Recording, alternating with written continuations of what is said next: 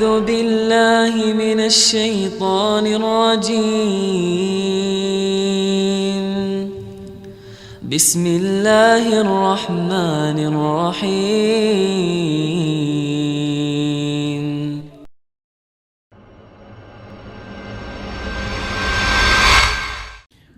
Kenapa Allah Tabaraka wa Ta'ala selalu mengulang-ulang kalimat lillahi ma fis samawati wa ma fil ard? Agar manusia merasa dirinya tak punya apa-apa.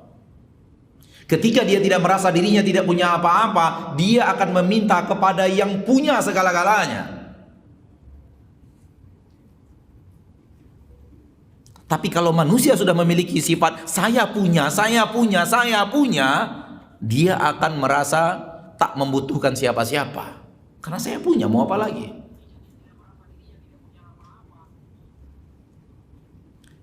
Di dalam Al-Quran surat Al-Alaq, surat Iqra, Allah Tabaraka wa Ta'ala berfirman, Kalla innal insana layatgha ar-ra'ahu istaghna. Sekali-kali tidak, innal insana layatgha, sesungguhnya manusia itu pasti akan melampaui batas. Kapan? Ar-ra'ahu istaghna. Ayat yang ke-6 dan ayat yang ke-7 dari surat Al-Alaq. Kalla innal insana la yatgha ar-ra'ahu istaghna. Sekali-kali tidak, sesungguhnya manusia benar-benar akan melampaui batas. Maksud melampaui batas, berbuat maksiat, melanggar aturan Allah, diperintahkan tidak mau, dilarang dia kerjakan. Kapan? Ar-ra'ahu istaghna. Apabila dia melihat dirinya, istaghna. Kalau kita melihat Al-Quran terjemahan, istaghna sering diterjemahkan dengan kaya. Sehingga kalau kita lihat Quran terjemahan itu, kita akan menemukan kalimat itu. Ar-ra'ahu istaghna. Ketika dia merasa dirinya, melihat dirinya sudah kaya. Dan makna kaya untuk kalimat istaghna masih kurang. Karena istaghna, makna yang paling cocok adalah tidak membutuhkan siapa-siapa.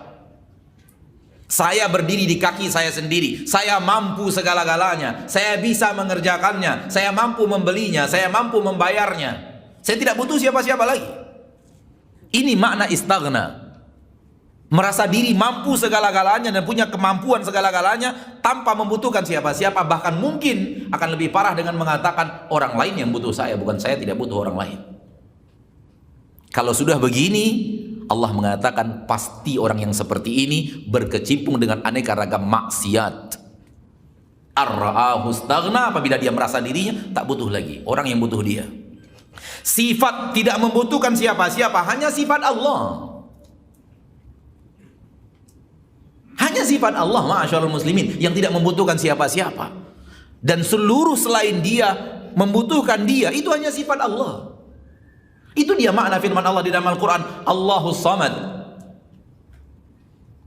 Qul huwallahu ahad, Allahus Samad. Apa itu Samadiyah? Samadiyah adalah yang tidak membutuhkan siapa-siapa, karena ia mampu melakukan segala-galanya dan segala selain dia membutuhkan dia dan tergantung kepadanya.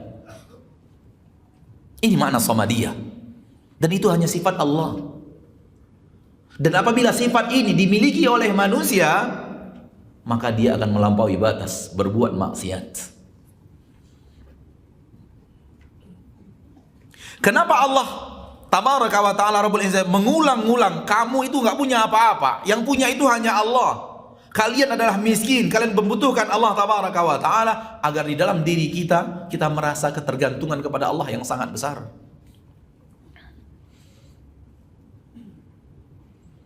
Sehingga kita selalu lujuk kembali kepada Allah, meminta kepada Allah, menengadah kepada Allah Tabaraka wa Ta'ala, meminta segala-galanya kepada Rabbul Izzati wal Jalalah. Ulama terdahulu, ulama salaf diriwayatkan, ketika di rumah istrinya mengatakan bahwa garam sudah habis, minta dulu kepada Allah, ya Allah berikan saya nikmat garam, lalu baru pergi mencari garam.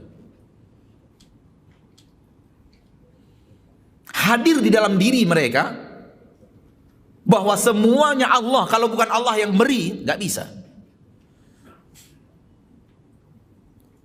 Betapa seringnya kita ingin mencari sesuatu yang dia adalah milik Allah tanpa meminta kepada Allah. Yang ingin digarisbawahi dari kalimat ulama salaf ini, ketergantungan mereka yang sangat hati mereka kepada Allah dan melihat segala-galanya milik Allah, minta kepada Allah sebelum berusaha mendapatkan apa yang diminta itu. Sampai hal yang sekecil, yang sangat kecil bagi kita, yang mungkin tidak pernah di antara kita mungkin minta garam kepada Allah seumur hidup kita, karena kita merasa kita bisa mendapatkan garam di mana-mana. Tapi ketergantungan orang-orang yang hatinya sudah benar-benar bergantung kepada Allah, begitu biografi hidup yang telah mereka ukirkan. Sampai mereka mengatakan, saya merasakan nikmat Allah dalam setiap tarikan nafas saya. Setiap tarikan nafas saya merasakan ini adalah nikmat Allah. Betapa seringnya kita bernapas seolah-olah itu adalah kemampuan kita.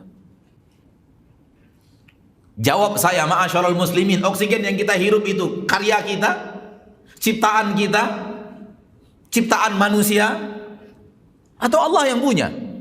Bisakah Allah seketika menghentikan oksigen? Akan tapi kita hirup oksigen tanpa merasa bahwa ini adalah nikmat Allah yang sangat besar. Mana yang lebih mulia? Mana yang lebih penting? Dapat nikmat oksigen atau jadi presiden?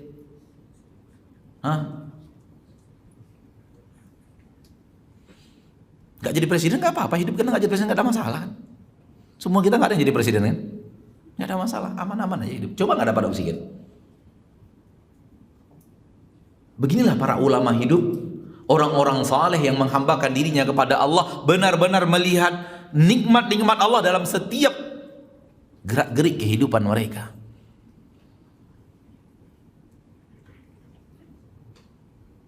Dan kita di sini atau di mana, Allahu a'lam, ana tidak ingat, ana sampaikan perkataan Rabi' bin Khuthaim ketika dia minta kepada keluarganya memasak masakan lezat, padahal dia sudah lama tidak masak masakan lezat. Lalu kemudian dia ambil masakan lezat itu, dia berikan makan orang gila. Keluarganya marah-marah. Kami kira kami masak masakan lezat untuk engkau makan, karena engkau sudah lama nggak makan makanan lezat kesukaanmu itu. Justru diberikan kepada orang gila. Kata Rabi' bin Khuthaim, saya ingin memberikan kebaikan kepadanya. Keluarganya mengatakan, dia tidak tahu engkau kasih makan apa. Orang gila, selezat apapun makanan yang dibuat untuknya, dia tidak akan tahu.